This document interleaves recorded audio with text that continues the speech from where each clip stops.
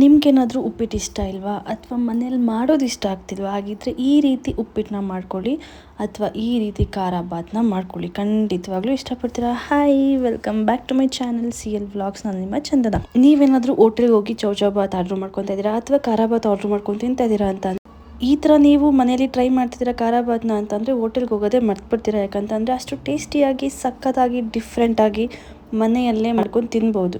ಅಷ್ಟಾಗಿ ಹೋಟೆಲ್ ಸ್ಟೈಲಲ್ಲಿ ಪಕ್ಕಾ ಹೋಟೆಲ್ ರುಚಿಯಲ್ಲಿ ನಿಮಗೆ ಖಾರ ಬಾತ್ ಅಥವಾ ಖಾರ ಉಪ್ಪಿಟ್ಟು ವಾಂಗಿ ಬಾತ್ ಹೇಗೆ ಮಾಡೋದು ಅಂತ ತೋರಿಸ್ಕೊಂಡು ಕೊಡ್ತಾ ಇದ್ದೀವಿ. ಬನ್ನಿ ಆಗಿರೋ ನೋಡ್ಕೊಂಡು ಬರೋಣ.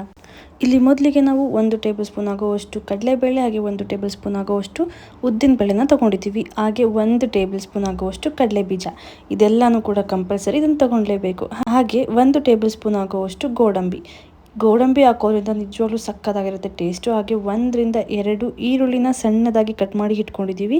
ಹಾಗೆ ಹಸಿಮೆಣಸಿನ್ಕಾಯಿ ಖಾರಕ್ಕೆ ಎಷ್ಟು ಬೇಕೋ ಅಷ್ಟು. ಹಾಗೆ ಸ್ವಲ್ಪ ಕರಿಬೇವು, 1 ರಿಂದ 2 ಹಣ್ಣಾಗಿರೋ ಟೊಮೆಟೊನ ಸಣ್ಣದಾಗಿ ಕಟ್ ಮಾಡಿ ಇಟ್ಕೊಂಡಿದ್ದೀವಿ. 2 ಬದನೆಕಾಯಿನ ಈ ಥರ ಸಣ್ಣದಾಗಿ ಕಟ್ ಮಾಡಿ ನೀರಲ್ಲಿ ಹಾಕ್ಕೊಂಡು ಇಟ್ಕೊಂಡಿದ್ದೀವಿ. ನೀರಲ್ಲಿ ಹಾಕ್ಕೊಂಡು ಇಟ್ಕೊಳ್ಳೋದ್ರಿಂದ ಬ್ಲ್ಯಾಕ್ ಆಗಲ್ಲ. 5 ರಿಂದ 6 ಟೇಬಲ್ ಸ್ಪೂನ್ ಆಗೋವಷ್ಟು ಹಸಿಕಾಯಿ ತುರಿ, ಸ್ವಲ್ಪ ಕೊತ್ತಂಬರಿ ಸೊಪ್ಪು, 1 tablespoon vangibath powder. So ಮೊದಲಿಗೆ ಇಲ್ಲಿ ಬಾಣಲಿ ಇಟ್ಕೊಂಡು 2 ರಿಂದ 3 ಟೇಬಲ್ ಸ್ಪೂನ್ ಆಯಿಲ್ನ ಹಾಕ್ಕೊತಾ ಇದ್ದೀವಿ. ಆಯಿಲ್ನ ಹಾಕ್ಕೊಂಡು ಅದಕ್ಕೆ ಬನ್ಸಿ ರವೆ ಹಾಕ್ಕೊಂಡು ಚೆನ್ನಾಗಿ ರೋಸ್ಟ್ ಮಾಡ್ಕೊತಾ ಇದ್ದೀವಿ.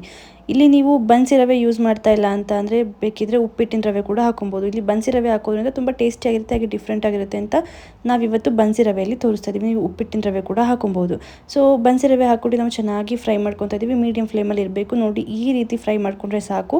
ಸ್ವಲ್ಪ ಕಲರ್ ಚೇಂಜ್ ಆದರೆ ಸಾಕು, ಜಾಸ್ತಿ ಕಲರ್ ಚೇಂಜ್ ಆಗೋ ಥರ ಮಾಡ್ಕೊಬೇಡಿ. ಇವಾಗ ಕುಕ್ಕರ್ ಇಟ್ಕೊಂಡು ಕುಕ್ಕರ್ಗೆ ಸ್ವಲ್ಪ ಆಯಿಲ್ನ ಹಾಕ್ಕೊತಾ ಇದ್ದೀವಿ. ಅಂದರೆ 2 ರಿಂದ 3 ಟೇಬಲ್ ಸ್ಪೂನ್ ಅಷ್ಟು ಆಯಿಲ್ನ ಹಾಕ್ಕೊತಾ ಇದ್ದೀವಿ. ಚೆನ್ನಾಗಿ ಕಾಯಬೇಕು ಎಣ್ಣೆ. ಕಾದ ನಂತರ ಸ್ವಲ್ಪ ಸಾಸಿವೆನ ಹಾಕ್ಕೊತಾ ಇದ್ದೀವಿ.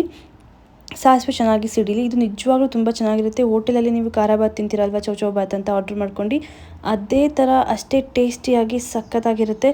ಕುಕ್ಕರಲ್ಲಿ ಮಾಡ್ತಿರೋದ್ರಿಂದ ನಿಜವಾಗ್ಲೂ ನಿಮಗೆ ಒಳ್ಳೆ ರುಚಿ ಅಂತ ಹೇಳ್ಬೋದು. ದಮ್ ಕಟ್ಟಿಸಿ ಮಾಡ್ತಾಯಿದ್ದೀವಿ. ಹಾಗೆ ಇಲ್ಲಿ ಸ್ವಲ್ಪ ಸಾಸಿವೆನ ಹಾಕ್ಕೊತಾ ಇದ್ದೀವಿ. ಇವೆರಡು ಚೆನ್ನಾಗಿ ಸಿಡಿಬೇಕು. ಇವಾಗ ನಾವು ತೋರಿಸಿದ್ವಲ್ಲ ಇಂಗ್ರೀಡಿಯೆಂಟ್ಸು, ಸ್ವಲ್ಪ ಕಡಲೆಬೇಳೆ, ಹಾಗೆ ಉದ್ದಿನಬೇಳೆ, ಕಡಲೆಬೀಜ, ಇದನ್ನೆಲ್ಲನೂ ಹಾಕ್ಕೊಂಡು ಮೀಡಿಯಂ ಫ್ಲೇಮಲ್ಲಿ ಚೆನ್ನಾಗಿ ಫ್ರೈ ಮಾಡ್ಕೊತಾ ಇದ್ದೀವಿ. ಹಾಗೆ ಜೊತೆಗೆ ಗೋಡಂಬಿನೂ ಕೂಡ ಹಾಕ್ಕೊಂಡು ಚೆನ್ನಾಗಿ ಫ್ರೈ ಮಾಡ್ಕೊತಾ ಇದ್ದೀವಿ. ನೀವು ಎಕ್ಸ್ಪೀರಿಯೆನ್ಸ್ ಮಾಡ್ತೀರಾ, ಈ ರೀತಿ ನೀವು ಏನಾದರೂ ಉಪ್ಪಿಟ್ಟನ್ನ ಮಾಡ್ಕೊಂಡಾದರೆ ನಿಜವಾಗ್ಲೂ ಎಕ್ಸ್ಪೀರಿಯೆನ್ಸ್ ಮಾಡ್ತೀರಾ ಪಕ್ಕ ಹೋಟೆಲ್ ರುಚಿಯಲ್ಲಿದೆ ಅಂತ. ಅಷ್ಟು ಟೇಸ್ಟಿಯಾಗಿ ಸಖತ್ತಾಗಿರುತ್ತೆ. ಡಿಫ್ರೆಂಟ್ ಅಂತಲೇ ಹೇಳ್ಬೋದು. ಕುಕ್ಕರಲ್ಲಿ ಮಾಡೋ ಉಪ್ಪಿಟ್ಟು, ಕುಕ್ಕರಲ್ಲಿ ಮಾಡೋ ವಾಂಗಿಬಾತ್ ಉಪ್ಪಿಟ್ಟು ಅಂತಲೇ ಹೇಳ್ಬೋದು. ಹಾಗೆ ಇಲ್ಲಿ ಖಾರಕ್ಕೆ ಎಷ್ಟು ಬೇಕೋ ಅಷ್ಟು ಹಸಿಮೆಣ್ಸಿನ್ಕಾಯಿನ ಯೂಸ್ ಮಾಡ್ಕೊತಾ ಇದ್ದೀವಿ. ಹಸಿಮೆಣ್ಸಿನ್ಕಾಯಿ ಬೇಡ ಅಂದವರು ಒಣಗಿರೋ ಮೆಣಸಿನ್ಕಾಯಿ ಕೂಡ ಹಾಕೊಬೋದು. ಹಾಗೆ ಇಲ್ಲಿ ಕರಿಬೇವಿನ ಸೊಪ್ಪನ್ನು ಕೂಡ ಹಾಕ್ಕೊಂಡು ಚೆನ್ನಾಗಿ ಫ್ರೈ ಮಾಡ್ಕೊತಾ ಇದ್ದೀವಿ. ಇದೆಲ್ಲನೂ ಕೂಡ ನಾವು ಮೀಡಿಯಂ ಫ್ಲೇಮಲ್ಲೇ ಚೆನ್ನಾಗಿ ಫ್ರೈ ಮಾಡ್ಕೊಬೇಕು. ಈ ಟೈಮಲ್ಲೇ ನಾವು ಬದನೆಕಾಯಿನೂ ಕೂಡ ಹಾಕ್ಕೊತಾ ಇದ್ದೀವಿ. ಬದನೆಕಾಯಿ ಹಸಿ ಸ್ಮೆಲ್ ಹೋಗೋವರೆಗೂ ಕೂಡ ನಾವು ಎಣ್ಣೆಯಲ್ಲಿ ಚೆನ್ನಾಗಿ ಬೇಯಿಸ್ಕೊಬೇಕಾಗತ್ತೆ. ಹಾಗೆ ನಾವು ಇದಕ್ಕೆ ಈರುಳ್ಳಿನೂ ಕೂಡ ಹಾಕ್ಕೊಂಡಿದ್ದೀವಿ. ಈರುಳ್ಳಿ ಹಾಕೊಂಡು ಕ್ಲಿಪ್ ಮಿಸ್ ಆಗಿದೆ. ಸೊ ನೋಡಿ, ಈ ಟೈಮಲ್ಲೇ ಈರುಳ್ಳಿನೂ ಕೂಡ ಹಾಕ್ಕೊಂಡು ಚೆನ್ನಾಗಿ ಮಿಕ್ಸ್ ಮಾಡ್ಕೊತಾ ಇದ್ದೀವಿ. ಇದೆಲ್ಲನೂ ಕಂಪ್ಲೀಟಾಗಿ ಹಸಿ ಸ್ಮೆಲ್ ಹೋಗಬೇಕು, ಕಂಪ್ಲೀಟ್ ಸಾಫ್ಟ್ ಆಗಬೇಕು, ಆಯಿತಾ? ಅಲ್ಲಿವರೆಗೂ ನೀವು ಚೆನ್ನಾಗಿ ಬೇಯಿಸ್ಕೊಬೇಕಾಗತ್ತೆ. ಕೆಲವು ಮನೆಯಲ್ಲಿ ಉಪ್ಪಿಟ್ಟನ್ನ ಯಾರೂ ಇಷ್ಟಪಡಲ್ಲ. ಈ ರೀತಿ ನೀವು ಖಾರ ಬಾತ್ ಮಾಡ್ಕೊಂಡು ತಿನ್ನೋದ್ರಿಂದ ಖಂಡಿತವಾಗ್ಲೂ ಇಷ್ಟಪಡ್ತೀರಾ. ಹಾಗೆ ವಾರದಲ್ಲಿ 1 2 to 3 ಟೈಮ್ಸ್ ಆದರೂ ಮಾಡ್ಕೊತೀರಾ. ಜಾಸ್ತಿ ಟೈಮ್ ಹಿಡಿಯಲ್ಲ, ಆಯಿತಾ? ತುಂಬ ರಿಸ್ಕ್ ಅಂತಲೂ ಅನಿಸಲ್ಲ, ಜಾಸ್ತಿ ಟೈಮ್ ಕೂಡ ಹಿಡಿಯಲ್ಲ, ಈಸಿಯಾಗಿ ಮಾಡ್ಕೊಂಬಿಡ್ಬೋದು. ನೋಡಿ, ನಾವಿಲ್ಲಿ 2 ಸಣ್ಣ ಟೊಮೆಟೊನ ಕಟ್ ಮಾಡಿ ಇಟ್ಕೊಂಡಿದ್ವಿ, ಇದನ್ನು ಹಾಕ್ಕೊತಾ ಇದ್ದೀವಿ. ಜಾಸ್ತಿ ಟೊಮೆಟೊ ಕೂಡ ಹಾಕೊಳ್ಳೋಕೆ ಹೋಗಬೇಡಿ. 1 ಟೊಮೆಟೊ ಸಾಕು ದಪ್ಪದಾದರೆ, ಅಥವಾ ಸಣ್ಣ ಟೊಮೆಟೊ ಆಯಿತು ಅಂತ ಅಂದರೆ 2 ಟೊಮೆಟೊ ಹಾಕ್ಕೊಳ್ಳಿ. ಇದೇ ರೀತಿ ನೀವು ತುಂಬ ಜನಕ್ಕೂ ಕೂಡ ಮಾಡ್ಕೊಬೋದು. ಸೇಮ್ ಇಂಗ್ರೀಡಿಯೆಂಟ್ಸ್ನೇ ಕೂಡ ಜಾಸ್ತಿ ಕ್ವಾಂಟಿಟಿಯಲ್ಲಿ ಹಾಕೊಬೋದು. ಬಟ್ ನಾವಿಲ್ಲಿ 2 ರಿಂದ 3 ಜನಕ್ಕೆ ಅಷ್ಟೇ ಆಗೋವಷ್ಟು ಮಾಡ್ತಾಯಿದ್ದೀವಿ. ಅಂದರೆ 1 ಗ್ಲಾಸ್ ಆಗೋವಷ್ಟು, ಒಂದು ಪುಟ್ಟಾಣಿ ಗ್ಲಾಸ್ ಆಗೋವಷ್ಟರಲ್ಲಿ ನಾವು ಮಾಡ್ತಾಯಿದ್ದೀವಿ. ನೀವು ಇನ್ನೂ ಜಾಸ್ತಿ ಕ್ವಾಂಟಿಟಿಯಲ್ಲಿ ಮಾಡ್ಕೊಬೋದು. ನೋಡಿ, ಇದೆಲ್ಲ ಚೆನ್ನಾಗಿ ಫ್ರೈ ಆದಮೇಲೆ ನಾವು 1 ಟೇಬಲ್ ಸ್ಪೂನ್ ವಾಂಗಿಬಾತ್ ಪೌಡರ್ನ ಯೂಸ್ ಮಾಡ್ತಾಯಿದ್ದೀವಿ. ಇದೇ ಮೇನ್ ಇಂಗ್ರೀಡಿಯೆಂಟ್ಸ್ ಅಂತ ಹೇಳ್ಬೋದು. ಯಾಕಂತ ಅಂದರೆ ವಾಂಗಿಬಾತ್ ಪೌಡರ್ 1 ಟೇಬಲ್ ಸ್ಪೂನ್ ಹಾಕೋದ್ರಿಂದ ಟೇಸ್ಟ್ ಮಾತ್ರ ಅಲ್ಟಿಮೇಟ್ ಆಗಿರುತ್ತೆ, ಸಖತ್ತಾಗಿರುತ್ತೆ. ಖಂಡಿತವಾಗ್ಲೂ ಎಲ್ಲರೂ ಇಷ್ಟಪಟ್ಟು ತಿಂತಾರೆ.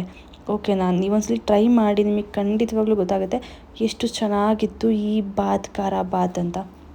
ನೋಡಿ, ಮೀಡಿಯಂ ಫ್ಲೇಮಲ್ಲಿ ಚೆನ್ನಾಗಿ ಫ್ರೈ ಮಾಡ್ಕೊಂಡು ಇವಾಗೆಲ್ಲ ಕಂಪ್ಲೀಟಾಗಿ ಕುಕ್ ಆಗಿದೆ. ನೀವೇ ನೋಡ್ತಿರ್ಬೋದು, ಸೈಡಲ್ಲಿ ಆಯಿಲ್ ಕೂಡ ಬಿಡ್ತಿದೆ.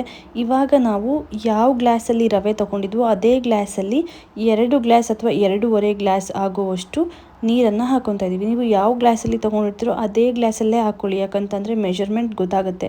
ಸ್ವಲ್ಪ ತೆಳ್ಳಗೆ ಬೇಕು ಅಂದವರು 3 ಗ್ಲಾಸ್ ಹಾಕೊಬೋದು.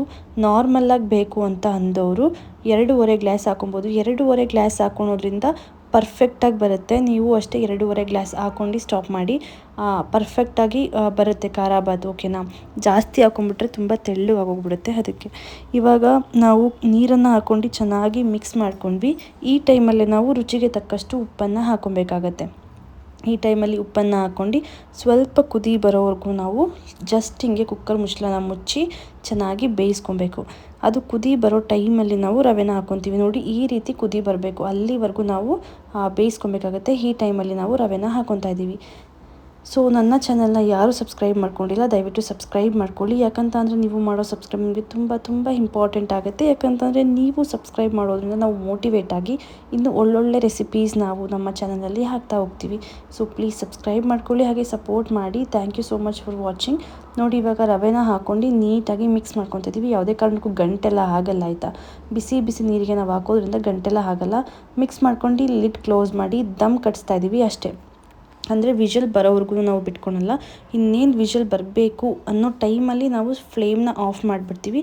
ಜಸ್ಟ್ ದಮ್ ಕಟ್ಸ್ಕೊತಾ ಇದ್ದೀವಿ ಅಷ್ಟೇ. ಇವಾಗ ಮುಚ್ಚಳ ಓಪನ್ ಮಾಡಿ ತೋರಿಸ್ತಾ ಇದ್ದೀವಿ. ನೋಡ್ಬೋದು ಎಷ್ಟು ಚೆನ್ನಾಗಾಗಿದೆ ಅಂತ. ತುಂಬ ತೆಳ್ಳಗೂ ಆಗಿಲ್ಲ, ಹಾಗೆ ತುಂಬ ಗಟ್ಟಿಗೂ ಆಗಿಲ್ಲ. ಕರೆಕ್ಟ್ ಕನ್ಸಿಸ್ಟೆನ್ಸಿಯಲ್ಲಿ ಇದೆ.